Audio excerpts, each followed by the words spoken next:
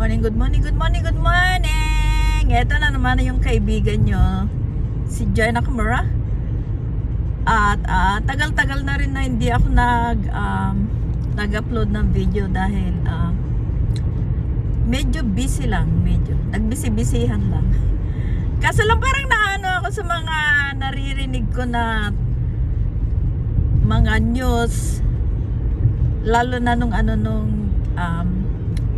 naaresto si Duterte.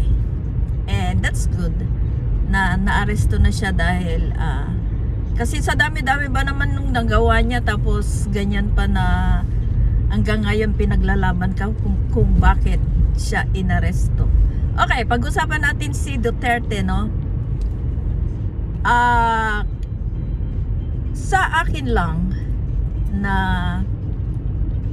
sa aking opinion, nung inaresto siya, siguro it's time for him to get arrested kasi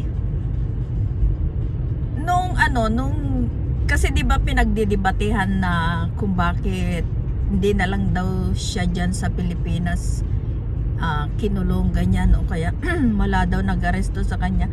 Sino ba naman na mag-aresto kay Digong sa Pilipinas kung yung mga mga piskal, basta yung mga nag prosecute sa kanya, hawak niya, paano naman siya arestuhin, di ba? Sa kanila nga lahat nung kapangyarihan, kahit nandiyan na si President Bongbong Marcos, paano maarestuhin ng isang Duterte, di ba? So sa mga biktima ng EJK, they smart enough, very smart sila, kasi alam nila kung saan nila pwedeng i-apply yung mga cases nila, kasi alam nila sa Pilipinas walang mangyayari. Hindi yung sinasabing mahina si Bongbong Marcos as a president to implement the law, but medyo lang si Bongbong Marcos pagdating sa mga ganyan. So tsaka alam niya na kahit anong mangyari, talagang mga Duterte, mga tuso yan eh. So it's a smart move na sa ICC sila nag-file ng case against Duterte, and that's good enough. So nung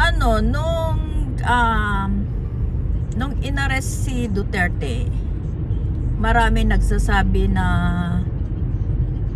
illegal daw yung For my opinion, I'm not a lawyer, I'm just a watcher and a blogger, but in my opinion, there's no illegal upon arresting Duterte. Alam niyo kung bakit? Meron siyang warrant of arrest. Hindi yung basta-basta na lang siya inaresto na walang probable cause. Tsaka yung sabi nila na sapilitan, I don't think so. Nasapilitan yung pag-aresto sa kanya, kasi alam niya na aarestuhin siya. It's just he don't expect na yung time na yun aarestuhin siya right there on the airport. So yung parang kung halimbawa ako yung naghapya-apya ako sa ibang lugar ganyan, tapos meron akong naririnig na may aaresto na sa akin, pero in my mind I still powerful to reject or hold that arrest, di ba? Ganon ang isip ni Duterte. Tsaka alam niya na kahit anong mangyari hindi siya maaaresto, kasi di ba wala na sila sa ICC, di na sila connected sa ICC, but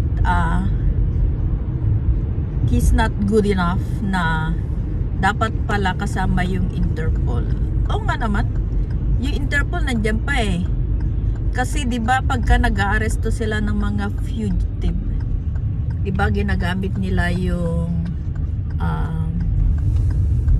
Ginagamit nila yung Interpol, kagaya mga fugitive na pinapahuli ni Bongbong Marcos during his term now. Di ba ginagamit niya yung mga Interpol? So Duterte is not smart enough kasi hindi niya sinali yung Interpol na dinisconnect. So yun ang ginamit nila.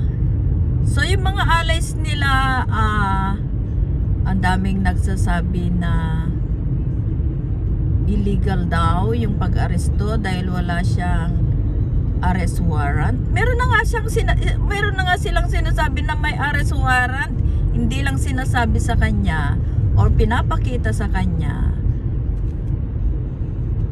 Kasi sabi nila pwede naman daw na arestuhin kahit wala sa harapan niya yung warrant of arrest. Pero meron siya talagang pinakita na electronic warrant of arrest. Pinakita sa kanya. And nung basahan siya ng Miranda rights, ayaw pa nilang doon sa airport mismo kasi siguro nahiya rin sila. Meron pa rin sila natitirang hiya. No? Pagdating ng sa dinami-dami ng mga ginawa nila sa mga tao. And then, yung sabi nila, yung criticize nila na they criticize people because they don't allow anybody to go inside the Villanueva Air Base during that time na dinitain nila si Duterte doon. Of course, dinitain nila. Nobody went over there. Nobody allowed to go enter that premises because it will cause more trouble. Tapos yung sinasabi ni Jingo Estrada na bakit hindi daw pinayagan si Sara Duterte na pumasok doon, samantalang siya daw nung nakakulong 24/7 meron siyang dalaw. Bobo pala si Jingo Estrada, no? Kasi si Duterte hindi siya nakakulong, they just arrested him. Si Jingo, yung sinasabi niyang nakakulong siya 24/7. Yun ang nangyayari ngayon sa The Hague. Diba pinapayagan yung mga kamag-anak ni Duterte na na bumisita sa kanya. Kaso lang by appointment. Yung sinasabi naman ni Jingo Estrada na nung nakakulong na siya. Kaya si Jingo Estrada minsan meron din pagkabobo, no? Kasi hindi niya naiisip yung pinagkaibahan ng na-detain sa in prison. So, basa-basa ng konti, Jingo Estrada, no? Hindi mo alam yung sinasabi mo, senator ka pa naman. So, yung mga ganong mga argument, guys, pagdating sa nung inarest si Duterte, ang daming mali sa mga sinasabi yung mga tao. Tapos ngayon na nandun na siya sa The Hague, sinasabi nila na hindi raw pinapayagan yung mga, di ba nung dumating si Hanilet tsaka si Kitty sa The Hague, or dumating sila sa The Hague, di ba meron siyang baggage. 2 baggage yata, pero hindi pinayagan na ipasok. Kasi nga under observation yung mga sa The Hague. Hindi kagaya dito sa Pilipinas. Di ba sabi ni Robin Padilla na kung sa Pilipinas daw kung sa Pilipinas daw nakulong si Duterte, sabi ni Robin Padilla, bakit di pa sa Pilipinas? Sa Pilipinas tayo ang boss. Kung anong gusto natin nasusunod. Yun ang pinagkaibahan ng sa Pilipinas at sa The Hague. Robin Padilla, isa ka ring senator. Kasi sa Pilipinas, babayaran nyo na lang o kaya sasabihin nyo na may mangyayari sa kanila kung hindi nila sinunod ng gusto nyo, umuobra na. It works in Philippines. By your time, by that time Duterte is still in Philippines, but now Duterte is in The Hague. It doesn't work at all, because the power in The Hague is just the power of the court, not the power of people like Duterte. So it doesn't work what you said, Robin Padilla. So yun ang pinagkaibahan. Kaya hindi pinapasok yung mga gamit ni Duterte.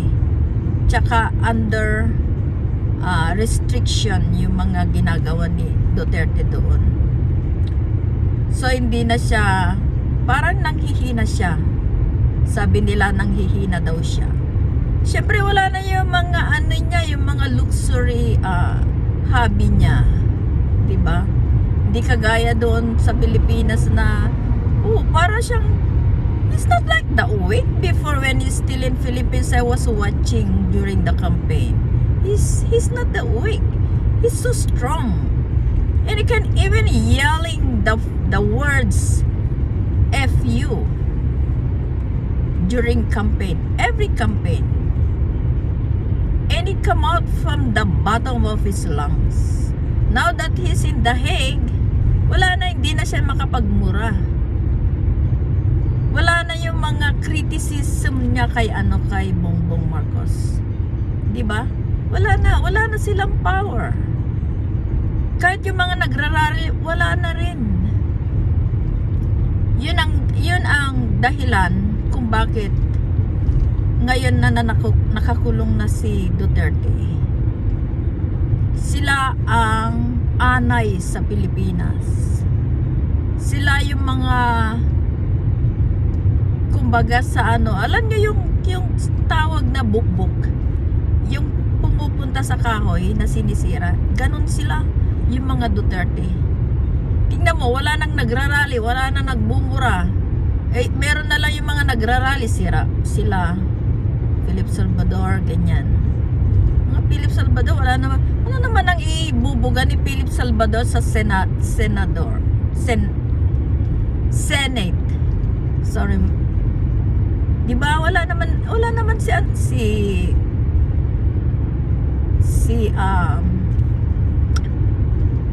Philip Salvador. Ano naman nagagawa niyan? Artista 'yan. Hindi siya wala siyang plataforma na sinasabi. Anong gagawin niya doon sa sa Senate? Uupo. Parang si Robin Padilla lang. Tingnan mo si Robin Padilla. 3 years ago. Wala nga siyang nagagawa doon, kumakain lang. Kung minsan lagi niyang sinasabi na si Tatay Digong, ganun. Samantalang during rally, ang dami niyang sinasabi na na tungkol kay Apo Lakay. During rally, si Apo Bongbong, ganyan. Pero ngayon na nakaupo na siya, wala na. Yung lumalaban na siya sa Marcos. Kaya minsan guys, alam niyo maraming mga bagay-bagay na lumalabas ngayon na parang hindi na sila nag-iisip. Tapos ang nakakainis pa, kung sino yung nakakulong ngayon na si Duterte. Alam nila na marami siyang ginawang hindi maganda. Pero anong nangyayari? Siya ang kinakapihan ng karamihan. Na kesyo daw si Duterte, marami nagawang mabuti. Parang wala akong narinig. Meron yung mga nakahanap ng mga drugs, ganyan. Mga maraming napapatay, ganyan. Through his order. Pero di nyo ba narinig yung yung hearing sa Congress na sabi niya, to make the case more worth it, sabi niya, you have to implant evidence. Sabi niya mismo mula sa bunganga niya. So paano paano mo sasabihin na si Duterte ay mabuting tao? Paano mo sasabihin na marami siyang nagawang mabuti? Kung yan mismo sa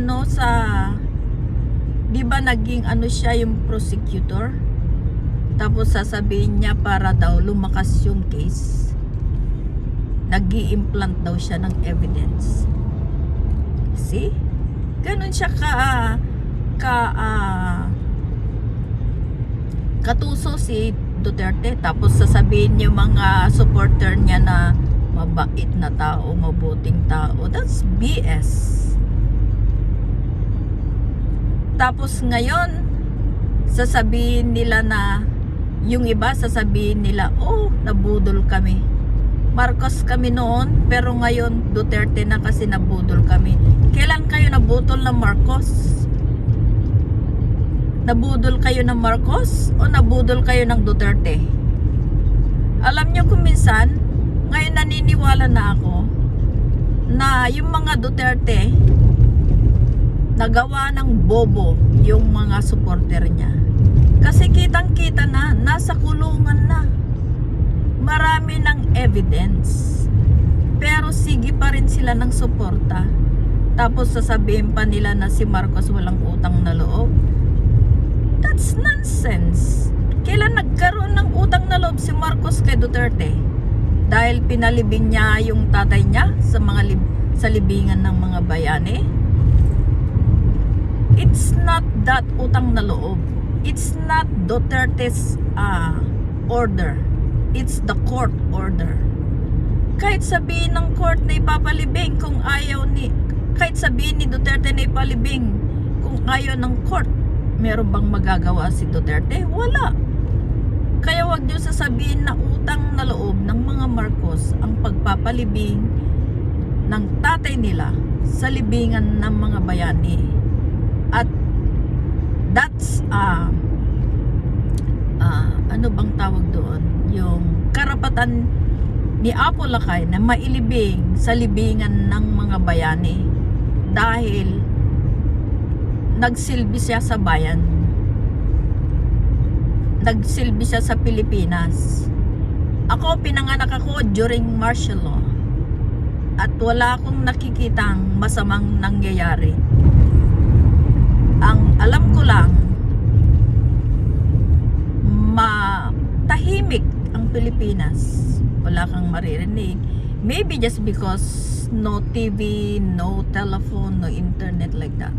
It's just radio. But wala akong masyadong naririnig tungkol dyan sa mga Tsaka noon, wala yung mga ganyan na tinitira yung presidente, minumura ang presidente, kung ano-anong kasiraan ang ginagawa sa presidente. That's too much. Yan, nag-umpisa lang nung Duterte. Kaya, nung wala na yung, nung nandun pa si Duterte, ayan, kasi sinusunod nila, ginagaya nila kung gaano katuso si Duterte during the time. Pero kung ang presidente parang si Bongbong Marcos o kaya si Apo Lakay, there's no such thing like that. There's no rubbish like that. Pero nung umupo si Duterte, that's where the rubbish, the junk word come out. Diba? Na pati yung presidente, wala na silang hiya. Wala na silang, kahit yung iba yung nasa eskwelahan pa, yung mga nag-aaral, kung ano-anong sinasabi sa presidente. Ganun ba ang good citizen? That's how they teach them in school? No. That is beyond what we're expecting to Filipino people. Kaya hanggang doon na lang guys, sa susunod ulit, and thank you for watching. Sana mag-like kayo and subscribe my channel. And thank you for watching. Have a nice day guys. Bye.